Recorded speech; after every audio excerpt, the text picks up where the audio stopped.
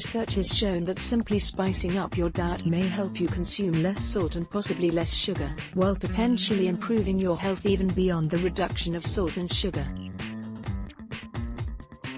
There is more consistent evidence that spicy food helps curb salt cravings than sugar. We think that spicy food can trick our brain when tasting salty food.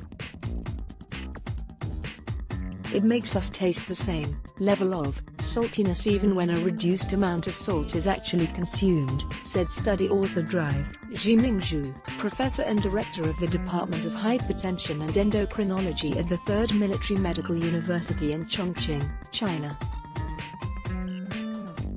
In fact, researchers found that people who regularly enjoy spicy foods consume 2.5 grams less salt in a day, that's 1,000 fewer milligrams of sodium, compared with those who typically steer clear of spice. They also had lower blood pressure. It remains to be seen whether the findings can be replicated in other populations outside China, said Richard David Wainford, associate professor in the Department of Pharmacology at the Boston University School of Medicine, in an accompanying editorial. Still, a lifestyle intervention that adds taste to the diet, in the form of extra spice and flavor, versus reduction of the pleasure given by the salt we add to our food, may have more success as a public health strategy to promote population-level dietary salt reduction, he added. Spice may have the potential to curb sugar cravings too, though the evidence is mixed. In one study involving 40 students from Denmark, when chili pepper was added to sweet, sour and bitter meals, participants experienced a greater desire to eat sweet foods compared with meals without chili added. In another study, also from Denmark, people experienced a decreased desire for salty and spicy foods when they ate tomato soup with cayenne pepper compared with eating the soup without pepper. But their desire for sweet and fatty foods significantly increased when they consumed the spicy soup. No pain, no weight gain. Capsaicin is the compound in chili peppers that is responsible for the burning sensation we experience when eating them. The compound has the ability to suppress sweet taste, which could also explain some findings. But while some may enjoy the heat that capsaicin produces, it may also come with an unintended consequence. Capsaicin helps fight pain. Most of the time, you hear about this as a topical cream, but eating chili peppers also has benefits.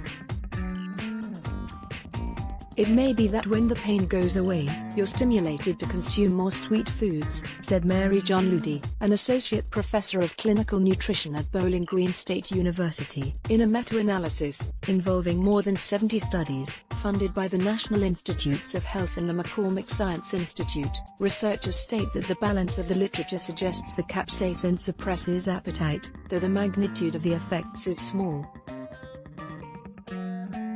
Purposeful inclusion of these compounds in the diet may aid weight management, albeit modestly, the study stated. Note that the National Institutes of Health is a federal government agency, and the McCormick Science Institute is an independent research organization that is owned and funded by spice product manufacturer McCormick & Company. Incorporated. The company said it does not influence the Science Institute's research priorities.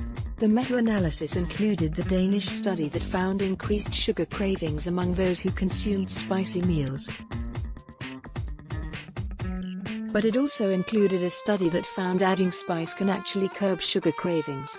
In that study, when people added half a teaspoon of red pepper to their lunch, they had a decreased desire to eat sugary, fatty and salty foods, and ate about 70 fewer calories at their next meal. The effects were seen only among those who didn't regularly consume red pepper. I think that there's something in the novelty of the stimulus that would allow you to eat less, said Ludi, who authored the study and the meta-analysis. In terms of the work with red pepper, I think that that's an important piece of the puzzle. If you are adding a spicy meal every couple of weeks, it might be enough to have an effect. But if you have it every day, the effect goes away, because you get used to it. A little dash will do it to get started with spice. Ludi recommends sprinkling red pepper flakes into eggs in the morning. You can also use spice when making a rub for meat or when seasoning vegetables, soups, pasta or curry dishes. She also recommends adding red pepper flakes to a meal in anticipation of a tempting dessert. It may give you that extra piece of security, she said. Though not specific to sweet taste, cinnamon, ginger and saffron are other pungent spices with appetite-suppressive effects, according to Ludi. However you choose to use spice, it's wise to start slowly. Remember that a tiny bit of spice can go a long way, Ludi said.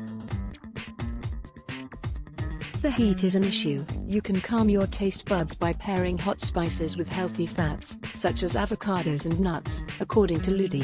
They help break down the chemical that causes the burn.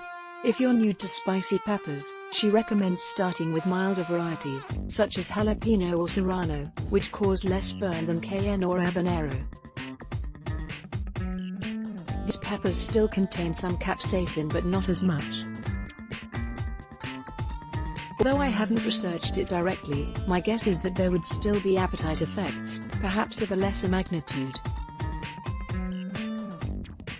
But if you can't tolerate higher quantities of spice, something is better than nothing, right? Lisa Dreher is a nutritionist, an author and a CNN health and nutrition contributor.